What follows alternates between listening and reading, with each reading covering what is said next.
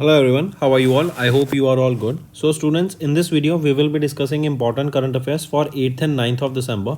The session will be quite interesting. In this video we will be talking about Sugama Bharat Abhiyan that has completed 9 years. Then Ministry of Defence, they have signed a contract for what thing, and it is for which organization, that is worth 1207 crore rupees. We will be discussing in this video. Next thing, we will be talking about GI tag, that is your geographical indication tag. Gujarat's one product recently received it. Then we will be talking about an MOU that has been done for promoting research and education in the medical sector. Then next thing we will be talking about is ICRA, that is ICRA, Indian Credit Rating Agency. They have recently released a report in which what was the rank of India, who topped it, we will be discussing about it. Then CIPRI, they have recently released a data about the top 100 arm makers, right? We will be discussing about it. And all these things that we will be talking about here, they will be quite important. It will be very beneficial for your competitive exams, right? Also students, if you are new to our channel and haven't subscribed to us, do subscribe. We are one-stop solution for current affairs. We make sure to provide the best content on YouTube. We upload the daily current affairs video at 5 a.m. daily in the morning. Then weekly current affairs, monthly current affairs and topic wise are uploaded on regular basis. That helps you in your understanding and better learning of the topic. Welcome to Affairs Cloud. My name is Vikas Rana. We are one-stop solution for current affairs. You can find our Crack Current Affairs course on our application exclusively for current affairs, where you will be getting daily, weekly and monthly current affairs on regular basis. You can use code VIKAS10 to get additional 10% discount while purchasing the course. This video is available both in English and Hindi. The timestamp for both English and Hindi are mentioned in the description of each video. You can contact us on the number provided or mail provided. Also follow us on Telegram and Instagram, and the link for the same is provided in the description of each video.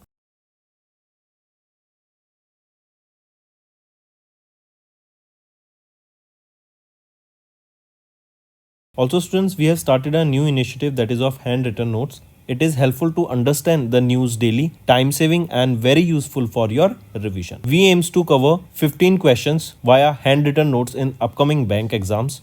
These handwritten notes are available on daily current affairs content PDF at our mobile application and website careerscloud.in. Only our Crack Current Affairs subscribers will be able to access these handwritten notes. A sample PDF of the handwritten notes will be available in the description.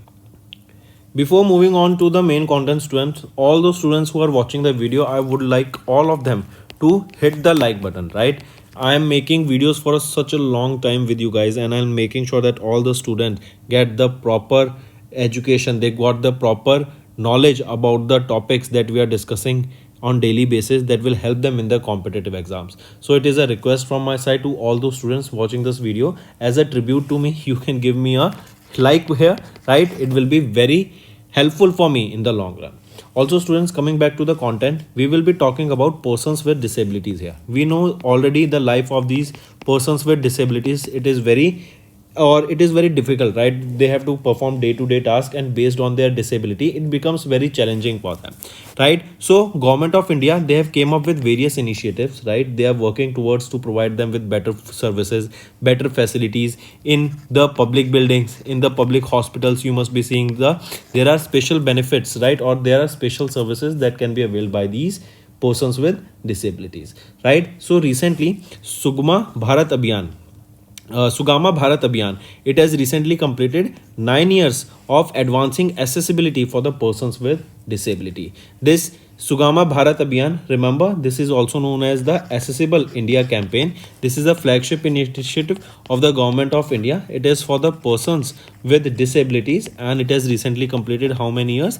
It has completed 9 years. The main objective of this campaign is basically to ensure universal services in the field of infrastructure. That is, the proper infrastructure should be there for the disabled people so that the day-to-day tasks cannot be hindered. Second, proper transport system for them, and proper ICT, that is your information and communication ICT, information and communication technology ecosystem for them, right? This Sugama Bharat Abhiyan, as it has completed 9 years, it was launched by Prime Minister Narendra Modi on 3rd of December 2015, and it was launched on the occasion of International Day of Persons with Disability.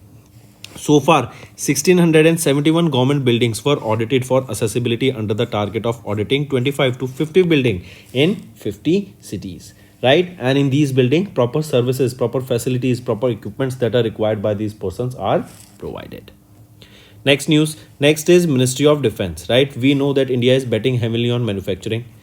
We want to make sure that all the equipments, all the technology, all the research and development in the defense sector that we want to work should come from India only, right? So in order to boost the manufacturing in India, Ministry of Defense, they have recently signed a contract with Cochin Shipyard Limited, and this contract is for the INS Vikramaditya Refit. Right? What is this Vikramaditya? Right? This is a flagship aircraft carrier of the Indian Navy. Correct? So this contract is between which organization? Ministry of Defense, Cochin Shipyard Limited, and this is for the short refit and dry docking. That is for SRDD of INS Vikramaditya. What is SRDD? That is your short refit and dry docking. Correct? Here, one more thing, remember, if we talk about this contract is worth how much amount? It is worth 1207.5 crore rupees, and it is set to last for 5 months, and it is a step towards enhancing India's naval capabilities. Right? This comes under Atmanirbhar Bharat, Make in India. Right? Also, this SRDD, right? This short refit and dry docking, what comes under this? Under this you will be seeing upgrading various combat systems, right? Updating them, then strengthening the mechanisms to enhance the overall functionality. Also, this will boost the carrier's operational readiness and ability to respond in the maritime challenges. Right? If we talk about Cochin Shipyard Limited, can you tell me who is the chairman and managing director? Madhu S. Nair is the chairman and managing director. Where is the headquarter of Cochin Shipyard Limited? It is in Kochi, Kerala. Where is it? Kochi, Kerala.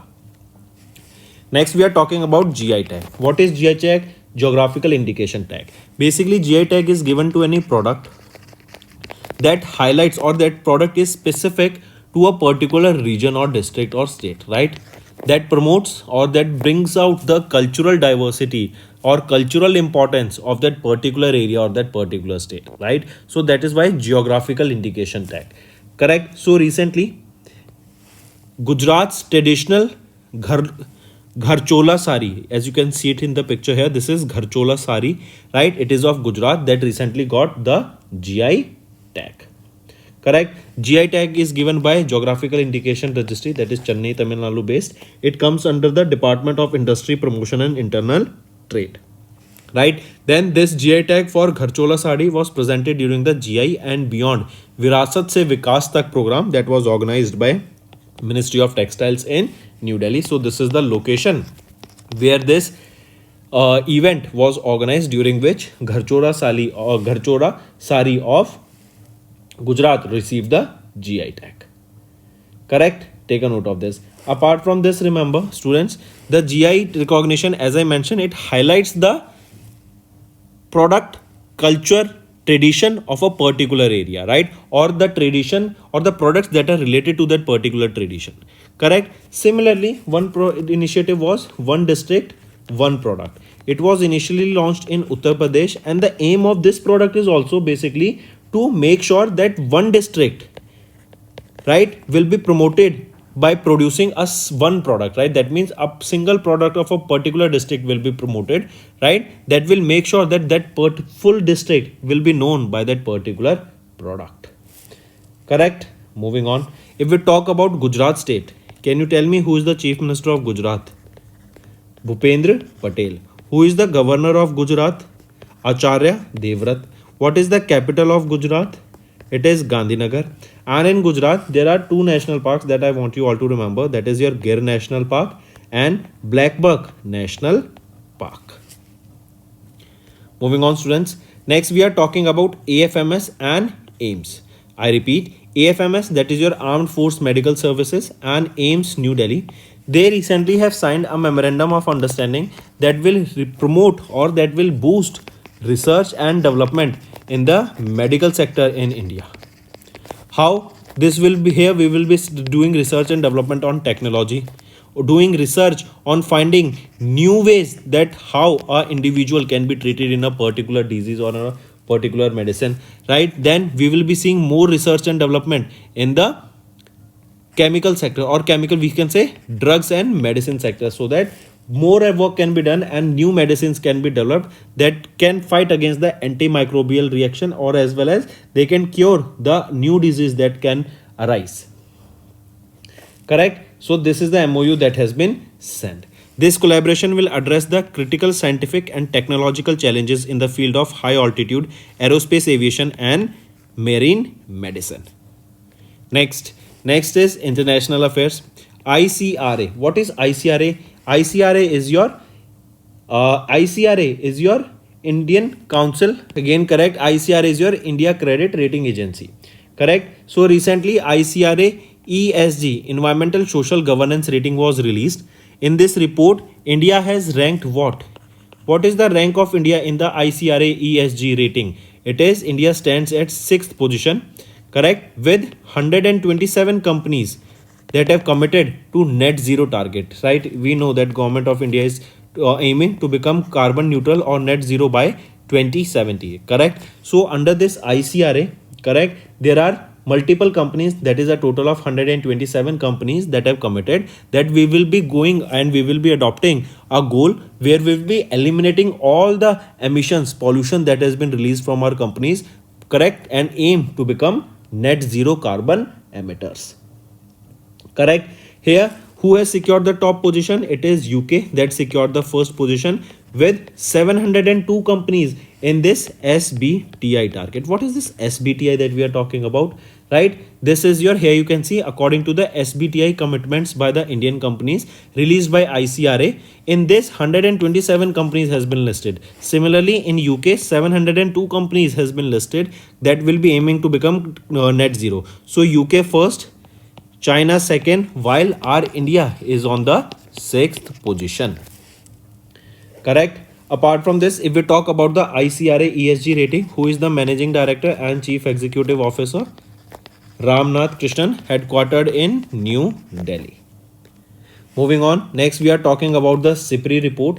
In this SIPRI is your Stockholm International Peace Research Institute, right? They recently released a report where they stated that the combined revenue from the sale of both arms and military services of the 3 Indian companies that are placed among the world's top 100 largest arm producers has increased to $6.74 billion in 2023. That is a growth of 5.8% compared to that last year. Which are these 3 companies that we are talking? Hindustan Aeronautics Limited, Bharat Electronics Limited and Madgaon Dock Shipbuilders Limited. Hall stands at 43rd position globally. BEL, Bharat Electronics Limited, stands at 67th position globally. And MDL, that is your Madgaon Dock Shipbuilders Limited, stands at 94th position globally. This is the ranking in the world's 100 largest arm producers. So the revenue, correct, from all these 3 organizations, companies, were at $6.74 billion. That is an increase of 5.8%, or you can say 6% as compared to that of 2022. Let me show you here. You can see the 3 companies here that we are talking about. Correct. Apart from this, the top 5 companies in the USA belongs to that of USA, that are Lockheed Martin, then Raytheon Technologies Corporation, Northrop Grumman, Boeing, General Dynamics, right? Take a note of this. Next thing, see here also, remember we are talking about revenue terms, right? That they recorded this much revenue, correct? That means we are seeing a 6% jump. What does that shows? That now we are increasing the export, right? We are seeing, if you have seen, remember also recently there was a Pinaka multi-barrel rocket launcher. This will be delivered to which country? Can you tell me? This is your homework. We did this few days back. And why this is important? Because this shows that now India not just only imports the defense technologies, but we are capable enough that we can also export this technology. Moving on. Next, here you can see the individual data where we are talking about each company that has recorded the growth. Next is United States of America. They have approved the sale of $1.17 billion worth of helicopters to Indian Navy, right? This deal has been signed under the FMS, that is your Foreign Military Sales Program, that is basically to supply advanced communication systems, sensors, logical supports to enhance the capability of Indian Navy, right? And you will be seeing here that Indian Navy's Sikorsky MH-60R multi-role helicopter, here we will be seeing better here.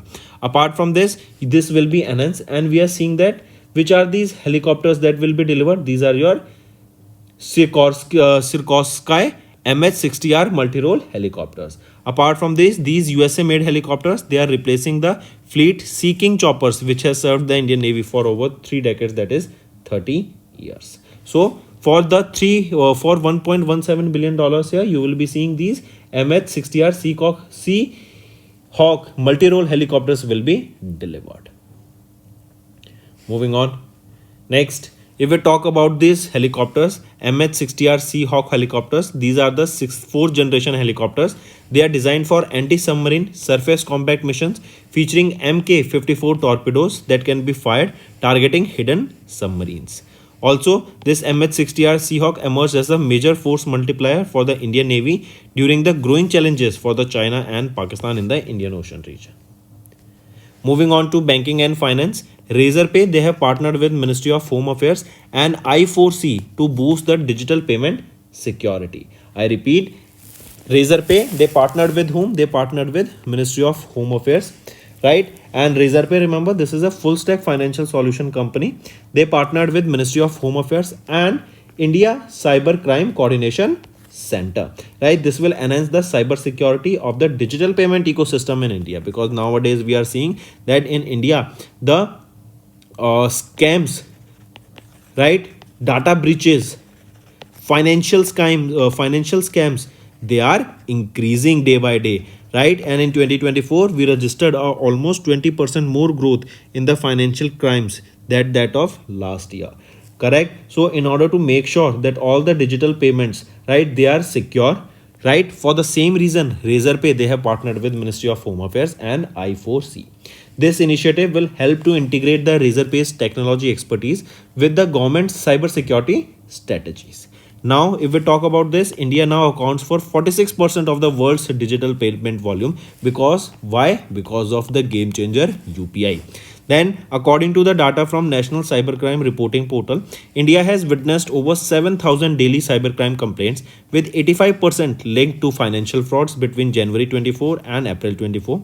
These crimes has led to the losses of more than $21.2 million during the same period. Razorpay, they have connected over 1,600 crime stations across 25 states and union territories so that the collaboration in preventing crimes can be enhanced.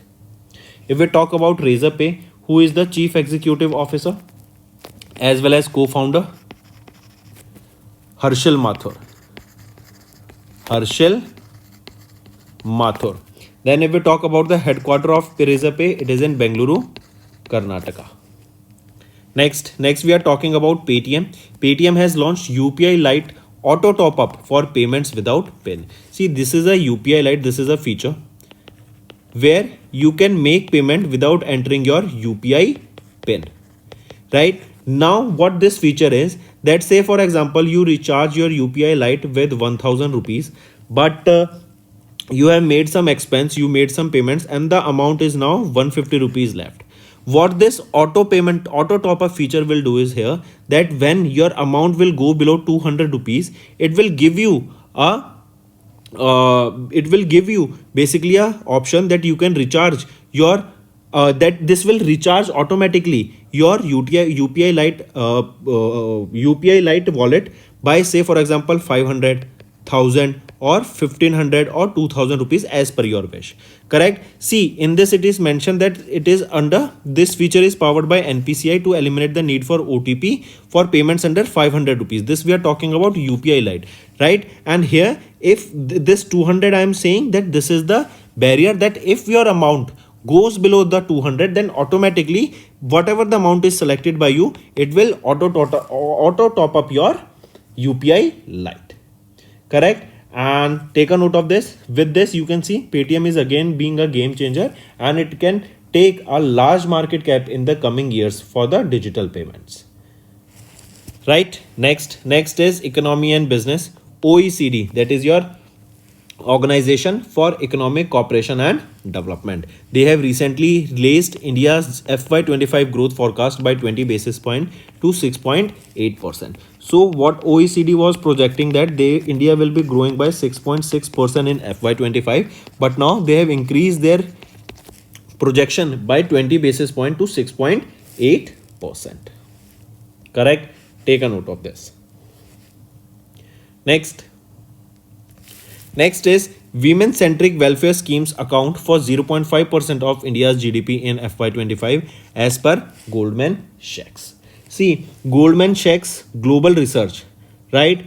They have recently released a data that stated that specific women-centric schemes, right, they are accounting for 0.5% of India's data. What does this mean is that in order to uplift women, in order to provide better skills, education to the women so that they can also contribute to the growth of India, right? They can contribute to the GDP. So for that, the government is trying very hard to provide better finance, to provide better skills, better education, right? And better initiative, even as protection to the girls so that they can further increase their participation in the growth, right? So women centric welfare schemes account for 0.5% of the India's GDP in FY25. That means the amount that is being utilized by those schemes that are being used for the welfare of the women, they account for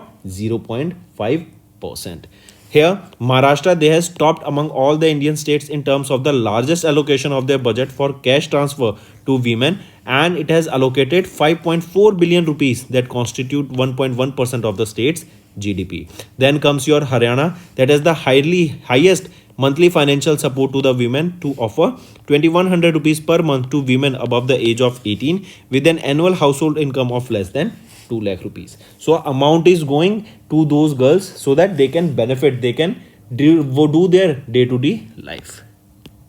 Next we are talking about awards and recognition. So T-Hub Associated Innovators honored with the Karamveer Chakra Award for 24-25 by UN and iCongo. First of all, we will talk about these Karamveer Chakra Awards. These awards are instituted by whom? They are instituted by iCongo, that is Indian Confederation of NGOs. Correct? It was established, this Karamveer Chakra, in collaboration with United Nations, and it was established in 2008-2009. Right? This award is a tribute to the APJ Abdul Kalam's, who was the 11th president of India. This award recognizes all those individuals who have brought positive change to society through their work and innovation. So recently, it is T-Hub members and innovators, or T-Hub Associated Innovators, as you can see in the picture, they have been honored with this Karamveer Chakra Award. Correct? Take a note. Next thing, one more remember, these Karamveer Chakra awardee, who were they? Rumana Sinha Sehgal, right? Then Akshay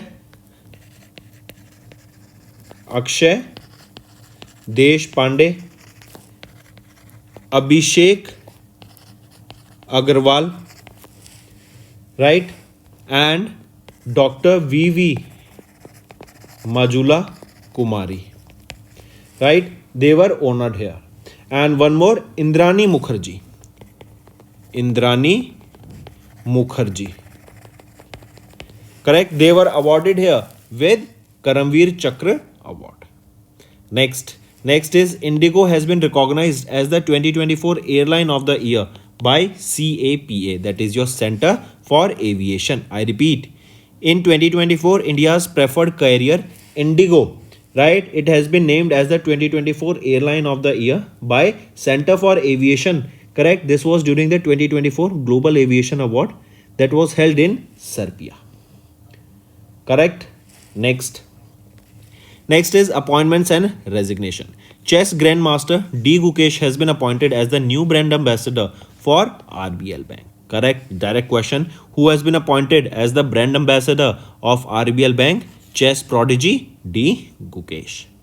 Next is science and technology. Two ISRO astronauts has successfully completed the initial training for Axiom 4 mission. Axiom 4 mission will be going to International Space Station, right? So Bengaluru based two ISRO scientists, that is Subhanshu Shukla and Prashnath Balakrishnan Nair. Let me show you here, right? Subhanshu Shukla and Group Captain Prashnath Balakrishnan Nair, right? These are the two ISRO scientists, right, who have recently gone or who have completed the initial training for the Axiom 4 mission, correct? That will be going to International Space Station. This Axiom 4 mission, basically, it is between ISRO and NASA, correct? This Axiom 4, this is a private space flight to the International Space Station operated by USA based Axiom Space in partnership with SpaceX, right? No ISRO scientists have been used here, just to correct.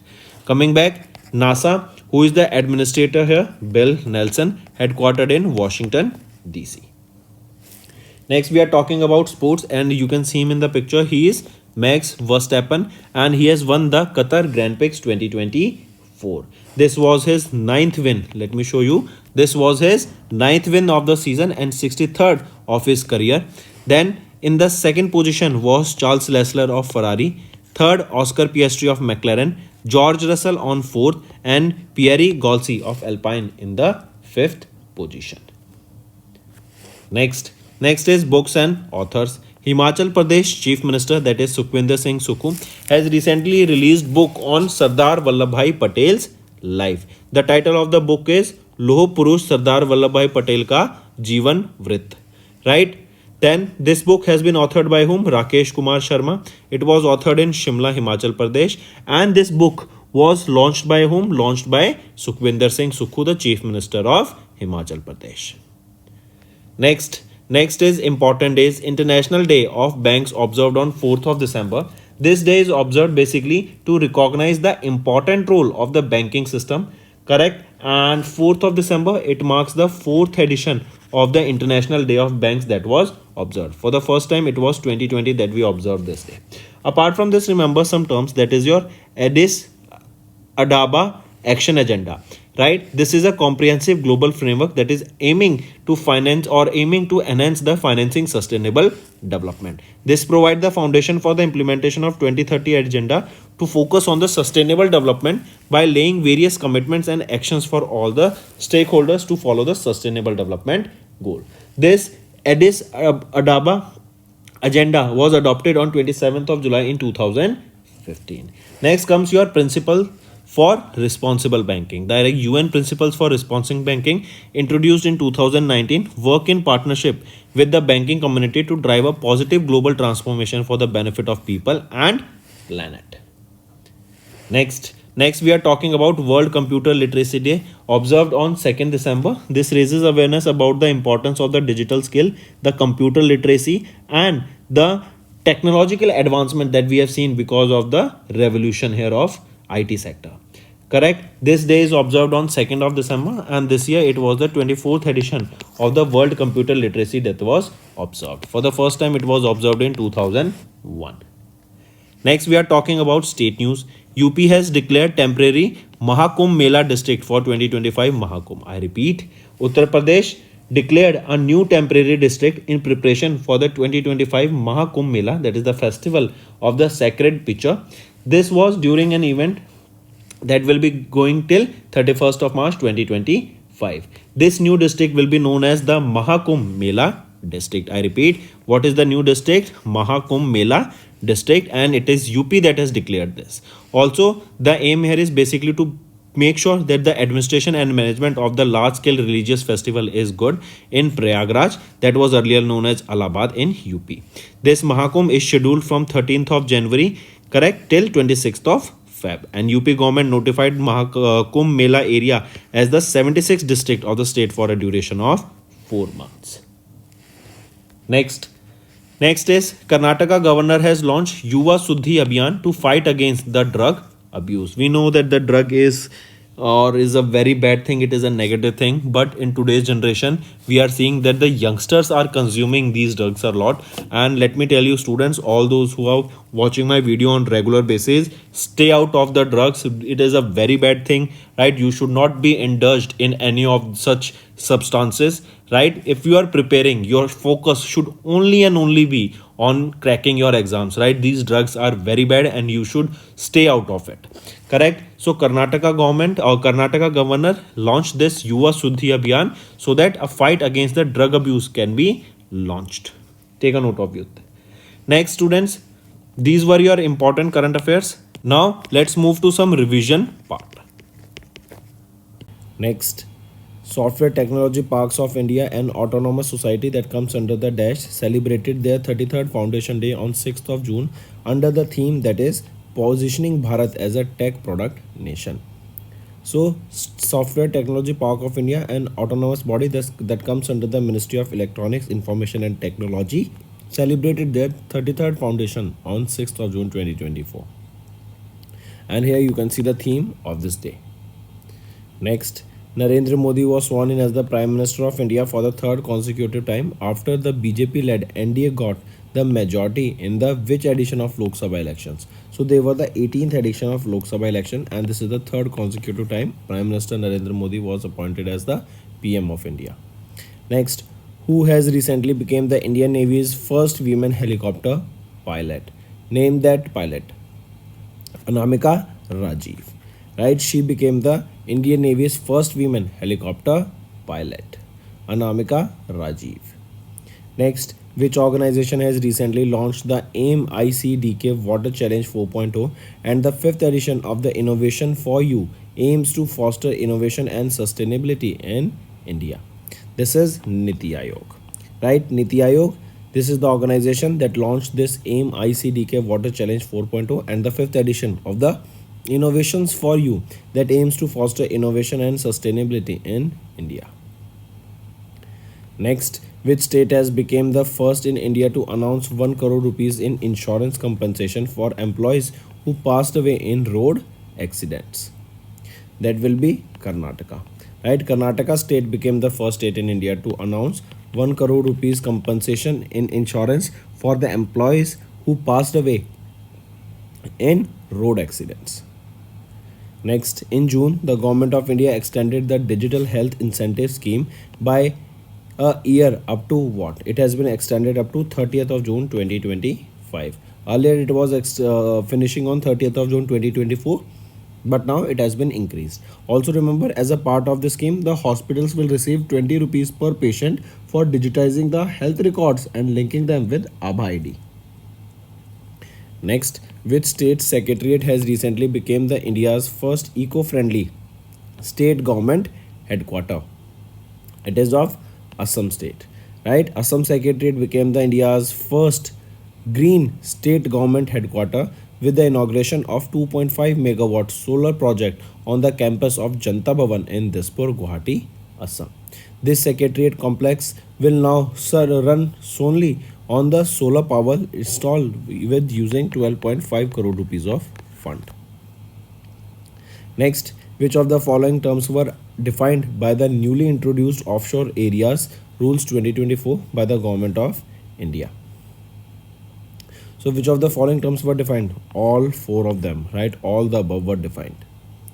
Next, which of the following points are not correct with respect to the cabinet approvals? If we look at the options here, option B is wrong here. Rest option A and C are right. B is saying that the VGF, that is Viability Gap Funding Scheme for offshore wind energy projects with a total outlay of 8453 crore rupees. Is it correct? So it is not 8454 crore rupees.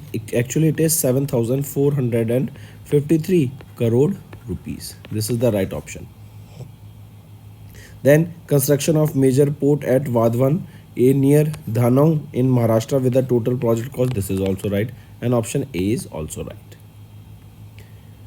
Then again, next question is, which ministry has notified the Post Office Act of 2023 that became effective from 18th of June? It is Ministry of Communication that has notified the Post Office Act of 2023 that became effective from 18th of June 2024. Next, in June 24, Union Ministry of Skill Development and Entrepreneurship partnered with which country to boost India's agriculture sector with emerging skills? It is Australia. Next, which state's tourism board has recently launched Prime Minister Shri Paratan Vayu Seva, that is an interstate air service that connects the state's religious and tourist spots by air. So which is that state? It is Madhya Pradesh state. They have launched this scheme, that is PM Shri Paratan Vayu Seva, or we can say a air taxi scheme. Right? I repeat, Pradhan Mantri Shri Paratan Vayu Seva scheme launched by Madhya Pradesh. Next, which airport has recently received the license extension from the Directorate General of Civil Aviation for a period of 5 years? So which is that airport? It is Maharshi Valmiki International Airport of Ayodhya, UP. And they have been granted a license for a period of 5 years. And this is an international airport. Also remember the Jewar airport, that will also be in UP, and it will also be an international airport. Next, name the state that has recently launched the first of its kind centralized admission portal for admission to the undergraduate courses in the state government colleges and recognized universities. It is West Bengal. Next, the Government of India has notified that some sections of the Telecommunication Act of 23 are set to be effective from 26th of June 2024.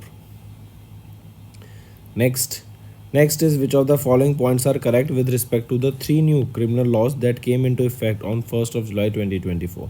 If we look at the options, all these 3 are rightly mentioned. Which are the 3 laws? Bharatiya Nyaya Sanhita, Bharatiya Nagrik Suraksha Sanhita, and Bharatiya Sakshya Abhidhiyan Act. All these 3 acts will be coming into effect from 1st of July 2024. These are the 3 new criminal laws. Next, the Bureau of Indian Standard introduced 2 new standards, that is IS 18590 and IS 18606, to enhance the safety and quality of dash in India. This is to enhance the safety and quality of electric vehicles in India. Next, which educational research institute has recently received a license from India affiliate of the Institute of Risk Management to set up India's first and East India's only global center for enterprise risk management, that is ERM. So which educational research institution has received this license? It is Sri Sri University of Odisha.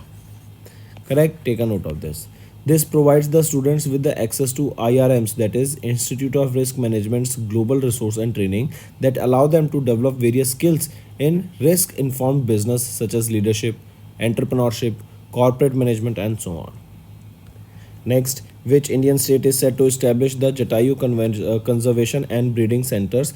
That's the world's first conservation and breeding center for Asian king vultures. That is Uttar Pradesh. Right? This is the Indian state that is set to establish Jatayu Conservation and Breeding Centers. That is the world's first conservation and breeding center for Asian king vultures. Next, Dr. Jitendra Singh, our Union Minister of States having the independent charge for science and technology, launched 1 week, 1 theme campaign under Dash to demonstrate the recent success stories of India in various streams of science and technology.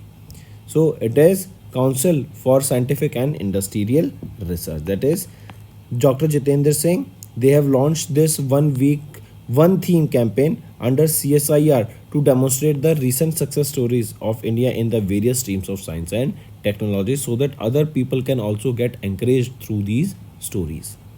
Next, in which state did the Ministry of Coal launch the India's first ever underground coal gasification pilot project at the Kasta Coal block? It is Jharkhand state. And the project here aims to revolutionize the coal sector by using the in situ gasification unit in order to convert them into valuable gas such as methane, hydrogen, carbon monoxide, carbon dioxide. Next, which ministry has recently launched a 100-day special awareness campaign on women empowerment? It is Ministry of Women, Child and Development. Right? They have recently launched a 100-day special campaign on women empowerment. Next, in June, Union Health Minister Jagat Prakash Nadda, that is JP Nadda, launched the National Dash campaign. So JP Nadda ji has launched the Stop Diarrhea campaign 2024. Also remember, there was a slogan for this campaign that was launched. The slogan is diarrhoea की रोकथाम, सफाई और ORS से रखें अपना ध्यान. And here Union Health Minister Jagat Prakash Nadda, that is JP Nadda ji, launched this campaign. So stop diarrhea. Next, name the Union Minister who recently launched the Fast Track Immigration Trusted Traveller Program to expedite the immigration process for pre-verified Indian nationals and overseas citizens of India cardholders. So who any individual who is a pre-verified Indian national and having the or other is overseas citizens of India cardholders, they will be allowed to make entry into the airports, right? Basically we can say that will be a fast track immigration process that will reduce the time for the immigration process, and it will be a much quicker way, so that all the process of immigration is taken in a quick manner. That will reduce the time for the passengers to board on the flight. So question asked is, who is that Union Minister who launched this Fast Track Immigration Trusted Traveller Program? It was launched by Amit Shah, who is our Union Home Minister. Next, which central public sector undertaking has recently received the Navratna status from the Department of Public Enterprise under the Ministry of Finance? It is which? Madgaon Dock Shipbuilders Limited. Take a note of this. Moving on, name the central public sector undertaking that has recently received the Mini Ratna Category 1 status from the Department of Public Enterprise under the Ministry of Finance. It is Central Electronics Limited, CEL. Hello everyone, कैसे आप सब? I hope आप सब अच्छे होंगे. तो दोस्तों, आज की वीडियो में हम 8 और 9 दिसंबर के इंपॉर्टेंट करंट अफेयर्स डिस्कस करेंगे. जो कंटेंट हम प्रोवाइड करते हैं बहुत इंपॉर्टेंट रहता है सभी कॉम्पिटिटिव एग्जाम्स के लिए. तो यहाँ पे हम बात कर रहे हैं सुगमा भारत अभियान की. देन हम बात करेंगे एक MOU, एक बेसिकली कॉन्ट्रैक्ट साइन हुआ है, मिनिस्ट्री ऑफ डिफेंस ने किया है कोचिन शिपयार्ड लिमिटेड के साथ. किस चीज़ के लिए वो हम आगे वीडियो में डिस्कस करेंगे. देन हम बात करेंगे अभी एक GI टैग मिला है, किसको मिला, किस प्रोडक्ट को मिला, कहाँ की स्टेट को मिला, वो हम देखेंगे. देन हम एक MOU की बात करेंगे कि जो कि रिसर्च, एजुकेशन एंड डेवलपमेंट का काम करेगा in the field of medicine, medical sector में. देन ICRA की ESG, environment social and governance rating आई, जिसमें इंडिया की क्या रैंक रही, किसने टॉप किया, एंड कितनी कंपनीज किस कंट्री से यहाँ पे इनको ऑप्ट कर रही हैं नेट जीरो टारगेट्स को. इवन अगर हम बात करें गवर्नमेंट ऑफ इंडिया का टारगेट क्या है 2070 का. देन हम बात करेंगे सिप्री के द्वारा एक अभी रिपोर्ट रिलीज की गई, टॉप 100 वर्ल्ड के आर्म मेकर्स की ये रिपोर्ट थी, राइट. इसमें से कौन सी इंडियन कंपनीज कौन सी रैंक पे थी, हम उसके बारे में डिस्कस करेंगे. एंड देन हम बात करेंगे USA ने अभी एक कॉन्ट्रैक्ट साइन किया है हेलीकॉप्टर्स डिलीवर करने को to in the Indian navy. कौन से हेलीकॉप्टर्स यहाँ पे इंडियन प्रोक्योर कर रहा है USA से इंडियन नेवी के लिए. तो इन चीज़ों को डिटेल में डिस्कस करेंगे. बहुत ही अच्छा सेशन रहेगा आप सभी के लिए, एंड तक बने रहिएगा. ऑल्सो स्टूडेंट्स, अगर आप नए जुड़े हैं और अभी तक सब्सक्राइब नहीं किया है, जल्द से जल्द सब्सक्राइब कर लें. We are one stop solution for current affairs. हम डेली करंट अफेयर्स की वीडियो सुबह 5 बजे अपलोड कर देते हैं. Weekly current affairs, monthly current affairs and topic wise regularly upload की जाती है, ताकि आपकी लर्निंग में कोई कमी ना रह सके, टॉप नॉच कंटेंट आप तक पहुंच सके, एंड सारी चीज़ें आपके टिप्स पे हों. Welcome to Affairs Cloud. My name is Vikas Rana. We are one-stop solution for current affairs. You can find our Crack Current Affairs course on our application exclusively for current affairs, where you will be getting daily, weekly and monthly current affairs on regular basis. You can use code VIKAS10 to get additional 10% discount while purchasing the course. This video is available both in English and Hindi.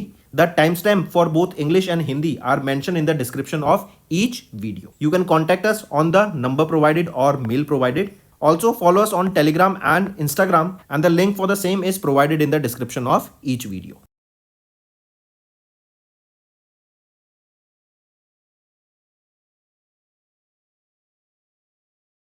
Also students, we have started a new initiative that is of handwritten notes. It is helpful to understand the news daily, time saving and very useful for your revision. We aims to cover 15 questions via handwritten notes in upcoming bank exams.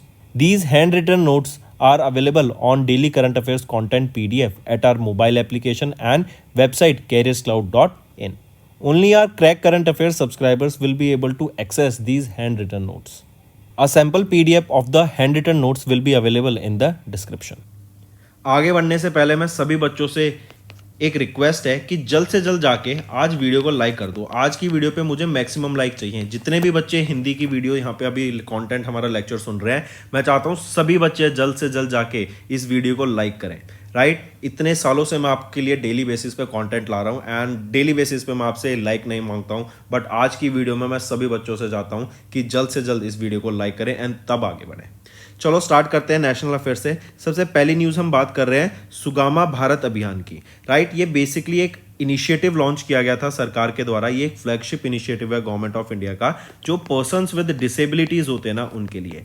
इस scheme के under जो main focus था ना कि जो ये persons with disability है ना, इनको प्रॉपर इंफ्रास्ट्रक्चर मिलना चाहिए। अगर कोई बिल्डिंग है तो वहां पर इनके लिए, जैसे अगर कोई विकलांग है तो उसके लिए प्रॉपर व्हील चेयर होनी चाहिए। राइट, किसी को सुनाई नहीं देता तो वो कैसे कम्युनिकेट करेगा, या तो उसके लिए प्रॉपर डिटेल में नोटिफिकेशन सारी चीजें लिखी हो, राइट, रूल्स एंड गाइडलाइंस उनके लिए लिखे हो, या फिर ब्रेल स्क्रिप्ट का वहाँ पे यूज़ किया जाए। करेक्ट, तो इन चीज़ों को यहाँ पे उन तक पहुँचाने के लिए, अगर कोई ब्लाइंड पर्सन है उसके लिए ब्रेल स्क्रिप्ट वहाँ तक पहुँचाने की, क्योंकि वो कैसे समझेगा, एक्शन से नहीं समझ सकता मान लो। करेक्ट, तो काफ़ी सारी चीज़ें होती हैं, काफ़ी सारी सर्विसेज होती हैं, वो बेटर करने के लिए यहाँ पे बात की गई। यहीं पे बात की गई कि ऐसे लोगों के लिए जो ट्रांसपोर्ट है उसको भी बहुत अच्छा होना चाहिए, क्योंकि डे टू डे लाइफ में जो पर्सन्स विद डिसेबिलिटीज़ होती हैं उनको बहुत सारी समस्याओं का सामना करना पड़ता है। एंड हमें कोशिश करनी चाहिए, एज अ सरकार को कोशिश करनी चाहिए कि उनके लिए अगर हम कोई भी जो प्रॉब्लम वो फेस करें उसको अगर हम एलिमिनेट कर देते हैं तो उनकी लाइफ बहुत ज़्यादा कहीं ना कहीं उस पर एक इम्पैक्ट पड़ता है, वो ईजी हो जाती है। Correct, then ICT, information and communication technology का इकोसिस्टम बेटर हो, क्योंकि टेक्नोलॉजी से पर्सन्स विद डिसेबिलिटीज को बहुत ज़्यादा बेनिफिट देखने को मिलता है। करेक्ट, तो इन चीज़ों के लिए ये इनिशिएटिव को लॉन्च किया गया था एंड इसके 9 साल अभी पूरे हुए हैं। इस सुगमा भारत अभियान को ही हम बोलते हैं असेसिबल इंडिया कैंपेन AIC। इसको PM नरेंद्र मोदी जी के द्वारा लॉन्च किया गया था। कब लॉन्च किया गया था? 3 दिसंबर को 2015 में लॉन्च किया गया था।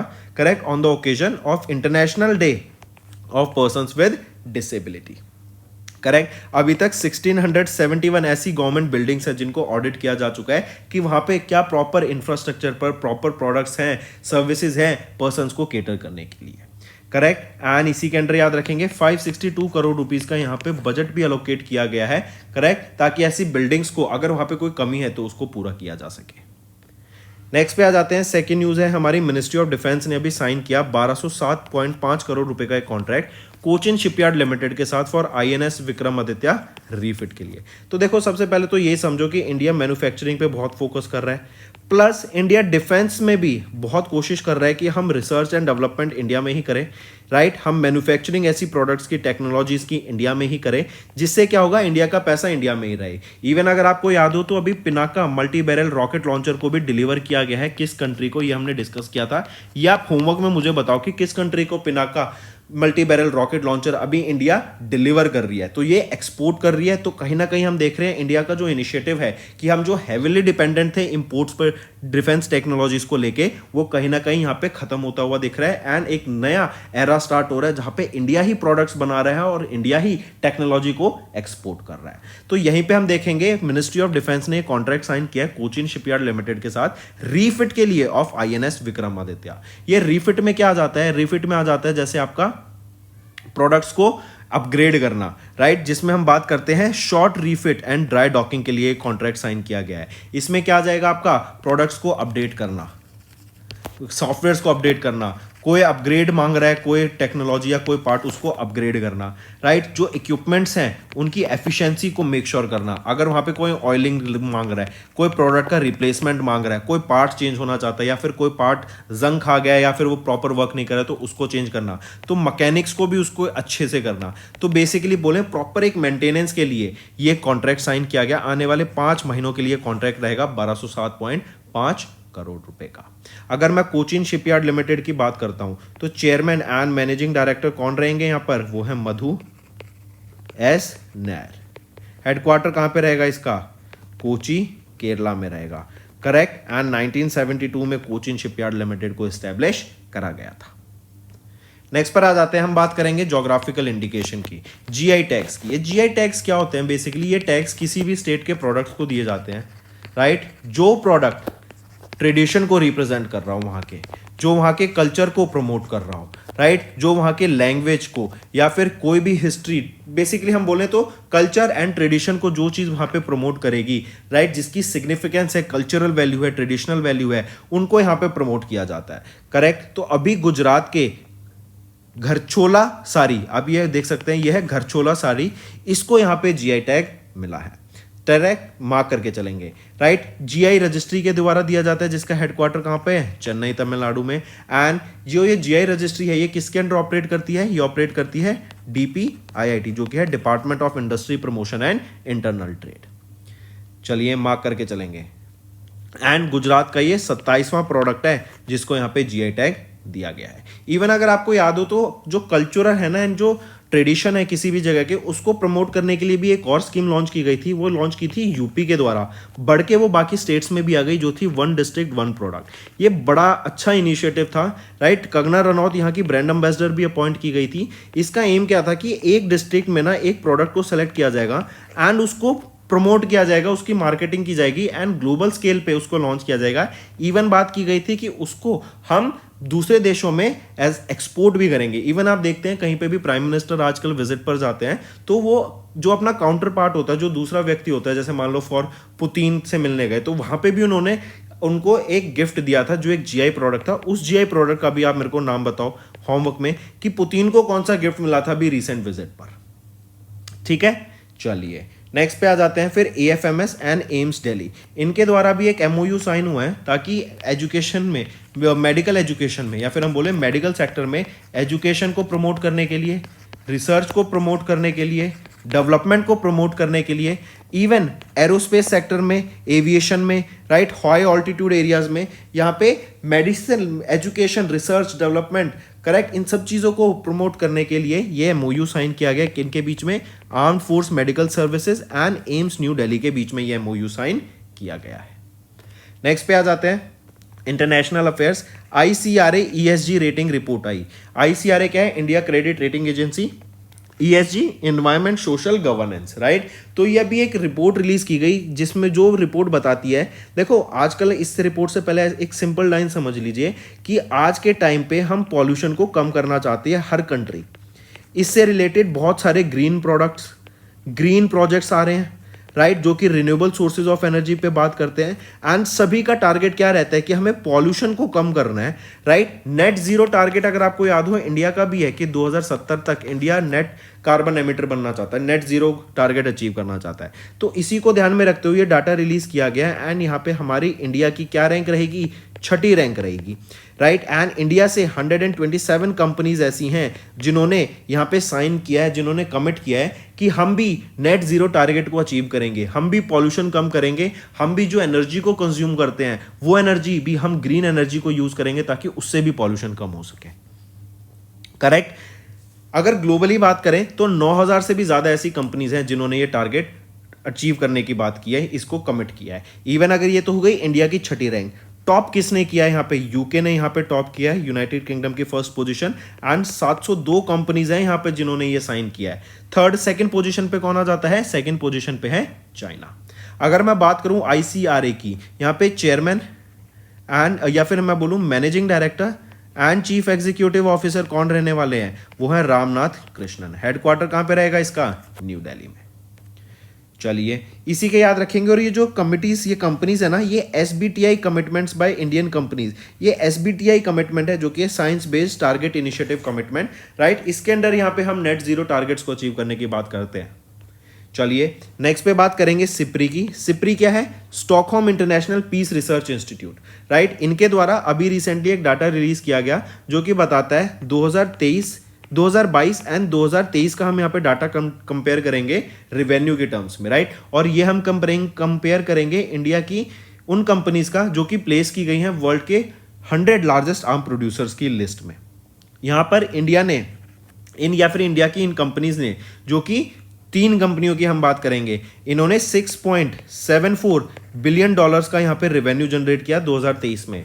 वहीं पे इन्होंने रेवेन्यू जनरेट किया था 6.37 का $37 बिलियन का 2022 में। तो यहाँ पे हम कह सकते हैं हमें एक इंक्रीज देखने को मिल रहा है, ऑलमोस्ट 5.8% का यहाँ पे इंक्रीज हमें देखने को मिल रहा है लास्ट कंपेयर ईयर के टर्म में। मतलब इंडिया से जो रेवेन्यू जनरेट हुआ है इन कंपनीज के द्वारा, इन कंपनीज ने जो बिजनेस करा है डिफेंस सेक्टर में, वो भी ग्रो होता हुआ दिखा है। एक और पॉजिटिव चीज हमारे डिफेंस सेक्टर के लिए, राइट। तो यहाँ पे आप देखेंगे 3 कंपनीज कौन सी हैं, हिंदुस्तान एरोनॉटिक्स लिमिटेड ये आ जाती है 43rd पोजीशन पे, Bharat electronics limited BEL 67th position पे, Madgaon dock ship builders limited 94th position पे आ जाता है, राइट। और यूएसए की यहाँ पे 5 कंपनीज हमें देखने को मिलती हैं। चलिए, एंड यहाँ पर आप डाटा देख सकते हैं जहाँ पे कंपनीज की इंडिविजुअल ग्रोथ 2022 से 2023 की लिस्ट की गई है। नेक्स्ट हम बात करेंगे यूएसए की। यूएसए ने अभी $1.17 बिलियन अमाउंट के हेलीकॉप्टर्स इंडिया को बेचने की बात की है। कौन से हेलीकॉप्टर रहेंगे ये है MH-60R sea hawk helicopters, right. Indian navy को ये डिलीवर किए जाएंगे एंड इंडियन नेवी का सी किंग चॉपर्स को ये रिप्लेस करेंगे, जो कि 30 साल से भी ज्यादा की सर्विस कर चुके हैं इंडियन नेवी की। ये MH-60R हेलीकॉप्टर जो आप पिक्चर में देख सकते हैं, ये 4th जनरेशन हेलीकॉप्टर्स रहेंगे। Anti submarine and surface combat missions के लिए ये हेलीकॉप्टर्स को यूज किया जाएगा।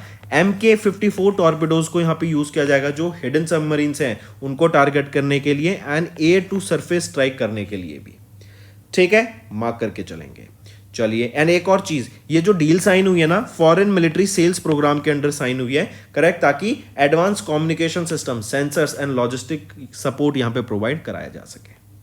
चलिए, नेक्स्ट बात करते हैं बैंकिंग एंड फाइनेंस की। देखो, यूपीआई के आने से हम जानते हैं इंडिया में जो ट्रांजैक्शन सेक्टर है ना, उसमें रेवोल्यूशन आ गया है। इतनी ज़्यादा ट्रांजैक्शंस हमें देखने को मिलती हैं। वर्ल्ड की सबसे ज़्यादा ट्रांजैक्शन इंडिया में ही होती है अगर हम बात करें डिजिटल पेमेंट्स की। अगर एक डाटा बताऊं आपको, आप भी शॉक हो जाएंगे कि इंडिया में 46% जो वर्ल्ड की डिजिटल वॉल्यूम है ना, जो वर्ल्ड में जितनी भी डिजिटल पेमेंट हो रही है, उसका 46% वॉल्यूम हमारे सिर्फ इंडिया से आता है। कितना बड़ा क्रेजी नंबर है ये, आप देख के चलिए, राइट। इसका सबसे ज़्यादा बेनिफिट किसको जाता है? यूपीआई को, करेक्ट। लेकिन इसका एक नेगेटिव भी आ जाता है, क्या कि जो साइबर क्राइम्स हैं वो बहुत ज़्यादा बढ़ गए हैं, जो डिजिटल ट्रांजैक्शन क्राइम्स हैं वो बहुत ज़्यादा बढ़ गए हैं, राइट। बेनिफिट तो मिला ही मिला, लेकिन इसके साथ आपका नेगेटिव भी देख रहा है कि आप इतनी सारी इंडिया में रजिस्टर्ड केसेस देखेंगे कि हमारे साथ फाइनेंशियल फ्रॉड हो गया, सर हमारे 2 लाख रुपए चले गए, फ्रॉड हो गया हमारे साथ 1 लाख रुपए का फ्रॉड हो गया। बहुत ज़्यादा केसेस ऐसे देखने को मिलते हैं, करेक्ट। तो इसी को ध्यान में रखते हुए, इसी चीज़ों को रोकने के लिए रेजर पे ने अभी पार्टनर किया है ministry of home affairs and I4C, ये है Indian cyber crime coordination centre. तो इन दोनों के साथ यहाँ पर रेजर पे ने पार्टनर किया, ताकि जो ये डिजिटल पेमेंट्स इकोसिस्टम है ना, इसको हम और अच्छा कर सकें, इसको सिक्योर बनाया जा सके। इसी के लिए यहाँ पे पार्टिसिपेशन हमें देखने को मिलेगा। यहीं पे हम देखेंगे इंडिया ने 7000 डेली साइबर क्राइम कंप्लेंट्स यहां पे रजिस्टर करी हैं डेली बेसिस पे, और ये तो नंबर बढ़ता हुआ जा रहा है। लास्ट कंपैरिजन में देखें तो बहुत ज्यादा नंबर बढ़ गया है यहां पर, करेक्ट। यहां पे अवेयरनेस क्रिएट की जाएगी इस कैंपेन के अंदर, स्किल्स प्रोवाइड की जाएंगी, टीम्स बनाई जाएंगी जो इन फाइनेंशियल फ्रॉड को रोक सकती हैं। चलिए, नेक्स्ट पे आते हैं। अगर मैं बात करूं रेजर पे की, रेजर पे के को फाउंडर कौन है एंड चीफ एग्जीक्यूटिव ऑफिसर, वो रहेंगे हर्षिल माथुर। अगर मैं बात करूं हेडक्वार्टर बेंगलुरु कर्नाटका। चलिए, नेक्स्ट पे आते हैं। नेक्स्ट हम बात करेंगे पेटीएम की, राइट। पेटीएम के द्वारा भी एक सेट चीज निकाली गई है यूपीआई लाइट के लिए। ये सबसे पहले तो समझो यूपीआई लाइट क्या होता है। इसमें आपको यूपीआई नंबर, जैसे आप पेमेंट करते हैं ना, तो पिन की जरूरत नहीं होती, बिना पिन के आप पेमेंट कर सकते हैं डायरेक्ट, राइट। ये एक वॉलेट होता है, इसमें आप पैसे डाल लो, फिर इससे सीधा यूपीआई के में पिन के बिना पेमेंट कर सकते हैं। तो यूपीआई लाइट में ना भी एक नया फीचर आया है, वो है ऑटो टॉपअप का। इसमें क्या है, मान लो आपके यूपीआई लाइट में आपने 1000 रुपये का रिचार्ज कराया वॉलेट में, आपने 1800 रुपये खर्च कर दिए आपकी, या फिर आपने 1900 रुपये खर्च कर दिए, आपके अकाउंट में 100 रुपये बचे। तो ये ऑटो टॉपअप का फीचर क्या होगा कि जैसे ही आपका अमाउंट 200 रुपये से नीचे जाएगा, आपका ये ऑटो टॉपअप फीचर इसको ऑटोमेटिकली रिचार्ज करेगा जितना भी अमाउंट आप यहाँ पे डिजायर करते हैं। जैसे मान लो 500 रुपये आप चाहते हैं कि 200 से नीचे जाते ही मेरे अकाउंट में 500 रुपये और आ जाए, आपके अकाउंट से, आपके वॉलेट में 500 रुपये और आ जाए यूपीआई लाइट में आपके बैंक अकाउंट से। आप इसको 1000 कर सकते हैं, 1500, राइट, जो भी अमाउंट चाहते हैं। 200 से नीचे होते ही आपका वॉलेट में अमाउंट, राइट, आपके में पैसे ऐड हो जाएंगे आपके बैंक से, करेक्ट। तो ये फीचर ऑटो टॉपअप फीचर अभी लॉन्च किया गया है। चलिए नेक्स्ट पे आ जाते हैं इकोनॉमी एंड बिजनेस। OECD ने रेज की इंडिया का FY24 growth forecast by 20 basis point to 6.8% in FY25। OECD क्या है? OECD है Organisation for Economic Cooperation and Development. इनकी इकोनॉमिक आउटलुक दिसंबर की रिपोर्ट आई जिसमें बताया, पहले ये प्रोजेक्ट करे थे कि इंडिया ग्रो करेगा 6.6% से इन FY24, लेकिन इन्होंने 20 बेसिस पॉइंट से अपनी ग्रोथ को बढ़ा दिया है, वो ग्रोथ फॉरकास्ट को बढ़ा दिया इंडिया की टू 6.8%।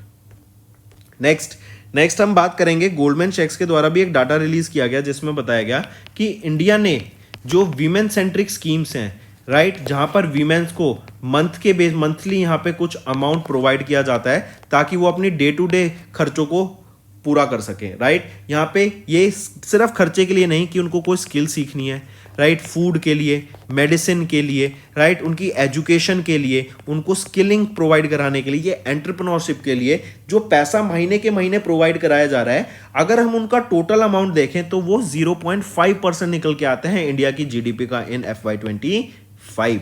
ये गोल्डमैन सैक्स के द्वारा डाटा रिलीज किया गया। तो कहीं ना कहीं हम देख सकते हैं कि हमारी सरकार वीमेन अपलिफ्टमेंट के लिए, वीमेन एम्पावरमेंट के लिए, कि वीमेन ज्यादा से ज्यादा स्किल्ड हो सके, एजुकेटेड हो सके, राइट, उनकी डेली उनको कोई प्रॉब्लम ना आए, उनको किसी को सहारा ना बनना पड़े, वो इंडिपेंडेंट बन सके एंड इंडिया की जो ग्रोथ है उसमें कॉन्ट्रीब्यूट कर सके, इसका पूरा ध्यान रख रही है और इसको पूरे बड़े स्केल पे इंप्लीमेंट किया जा रहा है। करेक्ट, ये 0.5% ऑफ इंडिया की जीडीपी को छोटा नंबर नहीं होता, बहुत बड़ा नंबर होता है, राइट। यहीं पे हम देखेंगे महाराष्ट्र, इन्होंने टॉप किया है among all the Indian state in terms of the largest allocation, जहां पर $5.4 बिलियन यहां पे अलोकेट किए जाते हैं सालाना, जो कि 1.1% ऑफ द स्टेट की जीडीपी को अकाउंट करता है। वहीं पे हम देखेंगे हरियाणा ने प्रपोज किया है मंथली फाइनेंशियल सपोर्ट, जो कि 2100 रुपए हर महीना वीमेन को दिए जाएंगे जो कि 18 साल से ऊपर है एंड जिनकी हाउस होल्ड इनकम 2 लाख से रुपए से एनुअली नीचे है। चलिए नेक्स्ट पे आते हैं अवार्ड्स एंड रिकॉग्निशन पर। हम बात कर रहे हैं करमवीर चक्र अवार्ड की। करमवीर चक्र अवार्ड दिया जाता है, राइट, किनकी मेमोरी में? डॉक्टर APJ अब्दुल कलाम को ट्रिब्यूट करने के लिए, राइट, उनको ऑनर करने के लिए, जो कि हमारे 11th प्रेसिडेंट थे इंडिया के, उनको ऑनर करने के लिए ये अवार्ड दिया जाता है। ठीक है, ये दिया जाता है जो कि अपने इनोवेशन से, अपनी थॉट से, अपने वर्क से जिन्होंने सोशल इंपैक्ट लाया, पॉजिटिव सोशल इंपैक्ट जो लाए हैं सोसाइटी में, उनको इस अवार्ड से सम्मानित किया जाता है। तो अभी टी हब एसोसिएटेड मेंबर्स, आप यहां पे मेंबर्स देख सकते हैं, ये मेंबर है रुमाना सिंह सेगल, देन हम बात कर रहे हैं अक्षय देश पांडे की, अभिषेक अग्रवाल की, doctor VV Majula Kumari and Indrani Mukherjee. इन 5 लोगों को यहां पर करमवीर चक्र अवार्ड से सम्मानित किया गया। यह अवार्ड दिया किसके द्वारा जाता है? आई कॉन्गो के द्वारा दिया जाता है। यह है Indian confederation of NGOs, right. UN के साथ मिलकर इस अवार्ड को स्टैब्लिश किया गया था 2008-2009 के बीच में, राइट, एंड इन दोनों के द्वारा मिलकर यहां पर इस अवार्ड को सम्मानित किया जाता है। चलिए नेक्स्ट पे आ जाते हैं। नेक्स्ट एंड यहां पर आप देख सकते हैं Karamveer Chakra was instituted by I Congo and UN in 2008-9। Next हम बात करते हैं 2024 की एयरलाइन ऑफ द ईयर कौन बनी? वो है Indigo, right. Centre for aviation, correct, इनके द्वारा अभी रिसेंटली डिक्लेयर किया गया कि इंडिया का जो इंडिगो एयरलाइन है, इनको यहाँ पे 2024 एयरलाइन ऑफ द ईयर घोषित किया गया during the global aviation awards in for excellence, जो कि सर्बिया बेलग्रेड में हुए थे। ठीक, एंड यहाँ पे याद रखेंगे ये जो CAP है ना, सेंटर फॉर एविएशन, ये काफ़ी नामी एक ऑर्गेनाइजेशन है एंड इसके डाटा पर काफ़ी रिलाई करती है इंडस्ट्री। नेक्स्ट आ जाते हैं अपॉइंटमेंट्स एंड रेजिग्नेशन के ऊपर। तो अभी रिसेंटली RBL बैंक के ब्रांड एम्बेसडर कौन अपॉइंट किए गए हैं? वो है chess prodigy D Gukesh. Next science and tech की बात करते हैं तो इसरो के 2 साइंटिस्ट, इन्होंने अभी एक्सियोम 4 जो मिशन होगा, जो इंटरनेशनल स्पेस स्टेशन पे जाएगा, उसके लिए जो ट्रेनिंग थी उसको पूरा किया है। ये 2 आपके इसरो के एस्ट्रोनॉट्स कौन हैं? ये हैं group captain Shubhanshu Shukla and group captain Parashnath Balkrishna Nair. इन्होंने अपना जो भी ट्रेनिंग था एक्सियोम 4 मिशन का, राइट, उसको अभी पूरा कर लिया है। एक्सियोम 4 मिशन नासा SpaceX का ये मिशन रहेगा, इंटरनेशनल स्पेस स्टेशन का ये क्रूड मिशन रहेगा, करेक्ट। या अगर नासा की मैं बात करूं तो नासा के हेडक्वार्टर कहाँ है? ये वॉशिंगटन DC में है एंड इनके एडमिनिस्ट्रेटर कौन है? Bill Nelson. चलिए नेक्स्ट पे आते हैं। नेक्स्ट हम बात करेंगे स्पोर्ट्स की। मैक्स वर्स्टैपेन, आप इनको यहाँ पे पिक्चर में देख सकते हैं, ये रेड बुल के लिए ड्राइव करते हैं एंड इन्होंने कतर ग्रैंड प्रिक्स को अभी रिसेंटली जीत लिया है, राइट। ये इनकी करियर का इनके करियर का 63rd विक्ट्री था एंड इस साल का ये 9th विन था इस सीजन का। सेकंड पोजीशन पे कौन आ गए, वो है चार्ल्स लेस्लर जो कि फरारी के लिए ड्राइव करते हैं। थर्ड पर ऑस्कर पिएस्ट्री मैक्लेरन के लिए, जॉर्ज रसल मर्सिडीज के 4th पोजीशन पे एंड पियरे गाल्सी एल्पाइन के 5th पोजीशन पे रहे। नेक्स्ट हम बात करेंगे बुक्स एंड ऑथर्स की। तो अभी रिसेंटली सरदार वल्लभ भाई पटेल जो कि लोहा पुरुष, आयरन मैन जिनको जानते थे, iron man of India, right, उनके ऊपर एक बुक लिखी है जो उनकी लाइफ के बारे में बताती है। तो ये बुक ऑथर की गई है राकेश कुमार शर्मा जी के द्वारा, लेकिन इस बुक को रिलीज किसके द्वारा किया गया, सुखविंदर सिंह सुक्खू जो कि चीफ मिनिस्टर हैं हिमाचल प्रदेश के, इनके द्वारा इस बुक को यहाँ पे रिलीज किया गया है। ये इनकी लाइफ के बारे में बताएगी कि कैसे इनकी जर्नी थी, कैसे बड़े हुए, कहाँ कहाँ पैदा हुए, राइट, कहाँ पैदा हुए, इन्होंने क्या क्या इनिशिएटिव्स लिए, क्या क्या इनके रोल रहा अलग अलग रेवोल्यूशन में, करेक्ट। तो उन चीज़ों के बारे में यहाँ पे बात की गई। नेक्स्ट हम बात करते हैं इंपॉर्टेंट डेज की। हम बात कर रहे हैं इंटरनेशनल डे ऑफ बैंक्स। 4 दिसंबर को ये डे ऑब्जर्व किया जाता है एंड जो बैंक्स का कंट्रीब्यूशन है हमारे फाइनेंशियल सेक्टर को ग्रो करने में, क्या क्या इनके पॉजिटिव्स हैं, राइट, क्या क्या सर्विसेज जो ये प्रोवाइड करते हैं उससे हमें क्या बेनिफिट मिलता है, लोगों को कैसे ग्रोथ मिलती है, राइट, उन सब के बारे में यहाँ पे एंड इससे क्या हमारी लाइफ में इंपैक्ट पड़ा है, राइट, उसके बारे में ये डिस्कस डे ऑब्जर्व करता है। इस बार हमने इसका 4th एडिशन ऑब्जर्व किया, तो हम कह सकते हैं 2020 में इस डे को पहली बार ऑब्जर्व किया गया था। इसी के साथ साथ अदाबा एक्शन एजेंडा, आदिस अदाबा एक्शन एजेंडा, ये याद रखेंगे, ये कॉम्प्रिहेंसिव ग्लोबल फ्रेमवर्क है जिसका एम क्या है कि सस्टेनेबल डेवलपमेंट को फाइनेंसिंग करनी है, हमें ध्यान रखना है एंड 2030 का जो यूएन का सस्टेनेबल डेवलपमेंट गोल्स का एजेंडा है उसको फॉलो करते हुए हमें आगे ग्रो करना है। देन आ जाता है प्रिंसिपल्स फॉर रिस्पॉन्सिबल बैंकिंग, ये 2019 में अडॉप्ट किया गया था। ये यूएन के प्रिंसिपल्स हैं। इसमें क्या है बेसिकली कि जो भी आपका कम्युनिटी ड्राइव ग्लोबल ग्रोथ होनी चाहिए, राइट, हमारा जो फोकस है कि वो क्या है, हमारे लोगों को एंड प्लेनेट को बेनिफिट हो इससे, एंड जो भी हम प्रिंसिपल्स, जो भी सर्विसेज लाएंगे, जो भी हम यहाँ पे प्रोडक्ट्स लाएंगे, बैंक के प्रोडक्ट सर्विसेज होंगे, वो हम हमारे लोगों के एंड प्लेनेट के ग्रोथ के लिए लाएं। ठीक है, चलिए नेक्स्ट आ जाता है वर्ल्ड कंप्यूटर लिटरेसी डे। ये डे ऑब्जर्व किया जाता है 2002 को एंड सन 2001 से ये डे ऑब्जर्व करते आ रहे हैं हम। तो इस बार हमने इसका 24वां एडिशन ऑब्जर्व किया है एंड जैसा नाम सजेस्ट कर रहा है कंप्यूटर लिटरेसी डे, कंप्यूटर के बारे में अवेयरनेस क्रिएट कराने के लिए, राइट। आजकल आप देखेंगे हर चीज में कंप्यूटर है, रेवोल्यूशन आया तो हम देख पा रहे हैं आजकल हमारे पास इतनी सारी चीजें, इतनी हम सर्विसेज जो इंजॉय कर पा रहे हैं, तो हमें इसको ऑनर करने के लिए ये डे ऑब्जर्व किया जाता है। नेक्स्ट आ जाते हैं स्टूडेंट स्टेट न्यूज। अभी रिसेंटली उत्तर प्रदेश के द्वारा एक नई डिस्ट्रिक्ट डिक्लेयर की गई है। 4 महीने के लिए ये डिस्ट्रिक्ट डिक्लेयर की गई है ताकि जो अभी कुंभ मेला हमें देखने को मिल रहा है 13 जनवरी से 26 फेब तक आपका जो कुंभ मेला होगा, राइट, इसके लिए एक नई डिस्ट्रिक्ट अपॉइंट की गई है उत्तर प्रदेश के द्वारा, वो है महाकुंभ मेला डिस्ट्रिक्ट। ये कहाँ रहेगी, ये प्रयागराज में रहेगी, यूपी में, करेक्ट। एंड ये 76th डिस्ट्रिक्ट अभी अपॉइंट की गई है। तो क्वेश्चन पूछा जा सकता है which is the temporary 76th district of Uttar Pradesh, वो है Mahakumbh Mela district, correct. Take a note of this, बहुत इंपॉर्टेंट रहेगी। चलिए नेक्स्ट आ जाते हैं कर्नाटका गवर्नर, इन्होंने लॉन्च किया युवा शुद्धि अभियान को, जो कि है ड्रग अब्यूज के खिलाफ फाइट। देखो बच्चों, सबसे पहले आगे बढ़ने से पहले ड्रग्स बहुत खराब चीज होती हैं, आपको इसमें इंडल्ज बिल्कुल भी नहीं होना है, राइट। कोई दोस्त अगर बोल रहा है एक बार भी ले लो, बिल्कुल नहीं लेना है, राइट। आपके पढ़ने का टाइम है, आपका फोकस पढ़ाई पे होना चाहिए, राइट। एग्जाम क्लियर करना है आपको, राइट। ये सारी बहुत गलत चीज होती हैं, बहुत नेगेटिव चीज होती है, इनको एलिमिनेट करना रखना ही है आपको अपनी जिंदगी से, करेक्ट। एंड आजकल हम देख रहे हैं लेकिन बच्चे युवा जो हैं वो बहुत ज्यादा इसकी तरफ अट्रैक्ट होते हैं। तो कर्नाटका गवर्नर के द्वारा ये लॉन्च किया गया है ये इनिशिएटिव युवा शुद्धि अभियान, कि बच्चों को ड्रग से हमें दूर रखना है, राइट। यूथ को इन चीजों से दूर रखना है ताकि वो ड्रग का अब्यूज ना कर सके। तो दोस्तों ये थे हमारे आज के इंपॉर्टेंट करंट अफेयर्स। अब चलते हैं कुछ रिवीजन पार्ट पर जो कि आपकी लर्निंग में काफी हेल्प करेगा। Next, in June 2024 the department of telecommunication has introduced dash for making service and transactional voice calls. तो उन्होंने 160 सीरीज को यहाँ पे लॉन्च किया है for making service and transactional service calls को।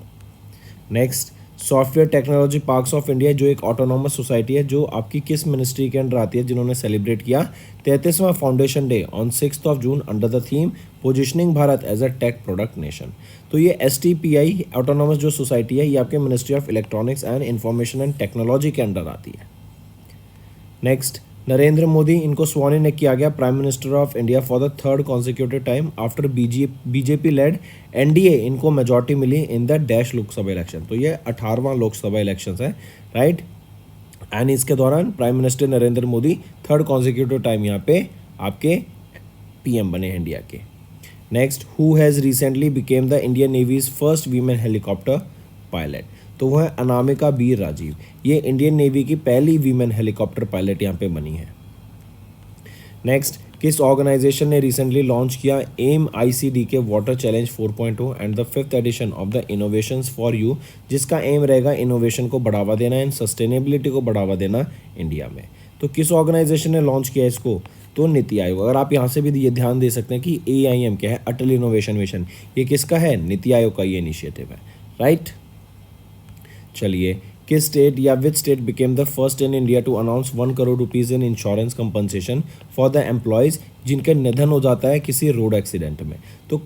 तो ये किसके द्वारा इनिशिएटिव लिया गया है, तो ये लिया गया है आपका कर्नाटका स्टेट के द्वारा कि अपने गवर्नमेंट एम्प्लॉयज़ को अगर उनका किसी रोड एक्सीडेंट में निधन हो जाता है तो उनको 1 करोड़ रुपये तक का यहाँ पे मुआवजा मिलेगा, मुआवजा या फिर हम बोले कंपनसेशन मिलेगा, इंश्योरेंस कंपनसेशन मिलेगा।